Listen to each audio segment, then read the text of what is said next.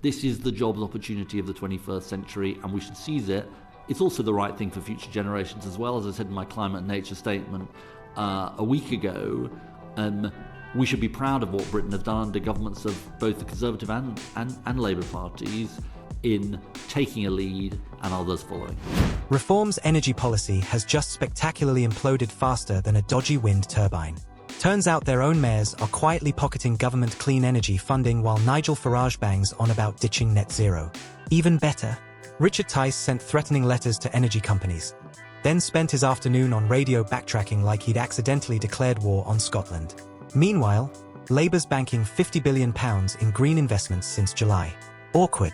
Watch the video, and before you start, if you haven't yet, hit like, subscribe, and click the bell icon to stay updated, and drop your thoughts below. Let's hold the government accountable.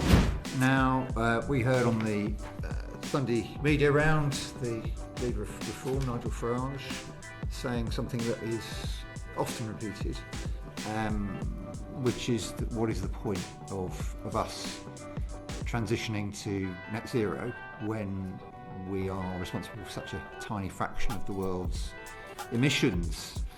Now, in our inquiry building the case for the energy transition, we've heard evidence of the economic benefits, of the national security benefits. What do you think is the answer to what Mr Farage was saying yesterday, and what quite a lot of people, in my experience, also say? We're taking action on the clean energy transition because it's the right thing to do for the country today, and it's the right thing for future generations. And it's really important to say this. I think Nigel Farage wants to airbrush history. He wants people to forget about the fact that it was our exposure to fossil fuels that led to the worst cost of living crisis in generations. Family finances wrecked, business finances wrecked and still paying the price, perhaps we'll come on to that, and public finances wrecked as well. And there is only one answer to that, which is homegrown clean energy we control. And the security you get from that homegrown clean energy is what is now essential for our energy security and our national security. And anything else, any decision to say let's just remain on fossil fuels subject to a global market controlled by petrostates and dictators is frankly surrenders our energy security and indeed our national security. And so, Reform can sort of make these arguments, but they fly in the face of the British people's experience of what has happened to them and what they are still facing.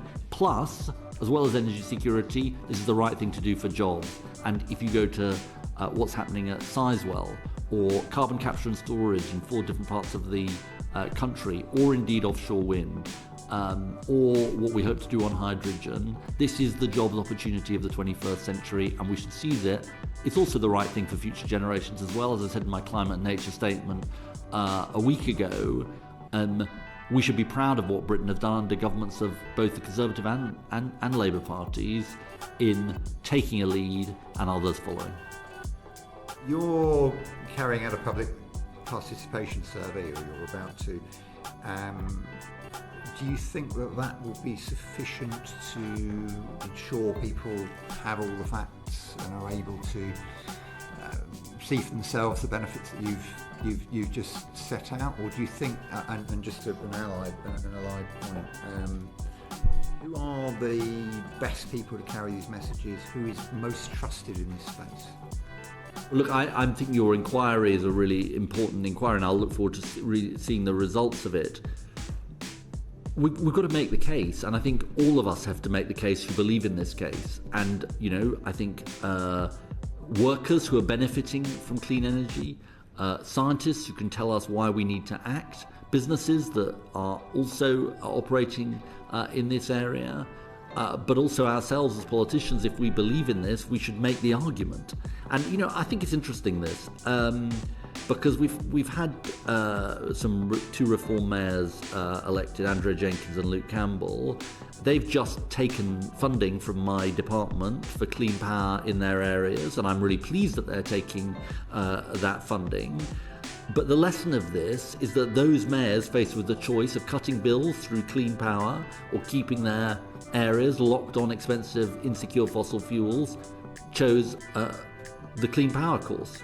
And I think it proves that Reform's energy policy, frankly, disintegrates upon contact with reality and on contact with what the British people actually want to see. Thank you. Now, I know you're going to publish the Warm Homes Plan in the autumn, I think. And thank you very much for the response to our retrofitting homes for net zero report, in which you made very clear that's what you were going to do. That was broadly the answer you gave to our recommendations. Your offer is to cut energy bills for consumers by hundreds of pounds. How will you ensure that people recognise that this is the result of government action? Well, look, I think the most important thing is that it happens. And, you know, I think it is worth pausing on that for a moment. In a very, very tight fiscal backdrop, the Chancellor chose to invest 13.2 billion over the Parliament in the Warm Homes Plan, in line with our manifesto commitment. I think it's incredibly important. It's part of contributing to us upgrading 5 million homes over this Parliament. And look, this is about social justice. This is, if you take our Warm Homes obligation, this is about delivering in particular, and we'll talk more about this in the autumn, to the poorest families, a combination of energy efficiency, heat pump technology, batteries, solar panels that can cut people's bills for good. And this is something that the Prime Minister often talks about, which is not a sticking plaster, but actually cutting bills for good.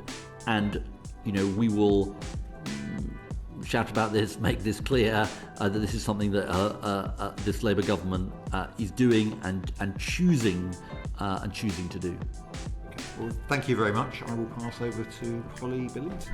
Thank you very much, Chair. Richard Tice, the Member of Parliament for Skegness, wrote some letters to energy companies last week saying a future Reform government would cancel contracts for renewable energy.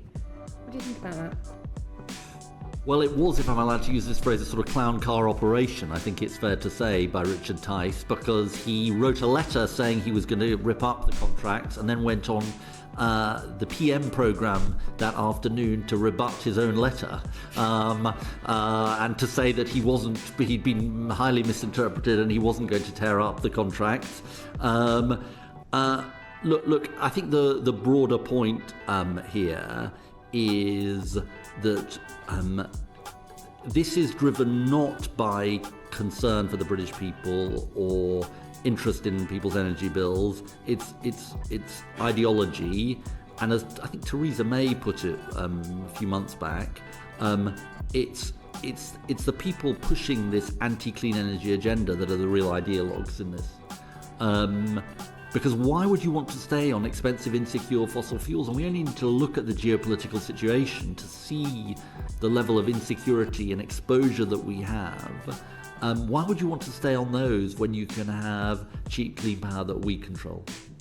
I think one of the questions that he suggests that is an issue is that we may lose jobs as a result of this in different industries. And also that there is not at the moment, with the current energy market, there's not an absolute conviction or clarity about the pathway to making sure that this does result in cheaper energy for everybody, particularly for businesses. I mean, it's very interesting that you should ask this question, Polly, because the industrial energy prices thing is very serious situation, and I read with interest some of the testimony you had to your committee as part of your cost of energy inquiry. But it's really important to understand why this happened, because what's basically happened is that when the crisis, I've got a sort of chart here, when the crisis hit, when Russia invaded Ukraine, industrial energy prices basically doubled, and they haven't got the gas price hasn't got back to the level it was at in the past, and so bills are remaining high. And I was particularly struck by some testimony that you had from the director of the Energy Intensive Users Group, who said to your committee, and I quote, "With the energy crisis that hit after Russia invaded Ukraine, it's the wholesale electricity price that has been the dominant factor in driving electricity prices." In other words, there are people who want to use their opposition to clean energy and climate action to say this is all the fault of that, but they're just wrong. And that's what the energy-intensive industries are saying. Now, I don't want to underestimate some of the seriousness of the situation, but first of all, we've got to work out the reasons why industrial energy prices are high, and secondly, the really irresponsible thing about what Richard Tice is doing with that letter is he's almost deliberately putting at risk tens of thousands of jobs across our country. The net zero economy grew 3 times faster than the economy as a whole last year. He's sending a message to business and others, don't come and invest in Britain. We're sending the message, come and invest in Britain, and actually to the tune of about 50 billion. They have been investing in Britain since the election, making commitments to invest in Britain, and that's about good jobs for people up and down the country, including in your constituency, and indeed Richard Tice's. Could I just have one follow-up on that? I absolutely appreciate there's about 1 million jobs involved in this industry overall, but there are jobs that will need to change or disappear. So what do you see your role as Secretary of State? As you said, you're an industrial policy department as well as an energy policy department. What do you see your role as in making sure that transition away from dirty fossil fuels does not mean the kind of absolute trashing of communities that we saw in our lifetime 40 years ago? Look, we should be judged on the justice of this transition. We are absolutely determined to have a just transition. And look, let's just take the North Sea for a minute. 70,000 jobs were lost in the North Sea, have been lost in the North Sea in less than a decade, because the North Sea is a declining basin. And the truth is that unless you build that future in carbon capture and storage, in offshore wind, in hydrogen, in a whole range of other areas, unless you make sure that when we build that offshore wind, it is built in Britain as well as elsewhere, then we are not going to replace those jobs that are declining. And so, I absolutely accept that we should be judged on the justness of this transition.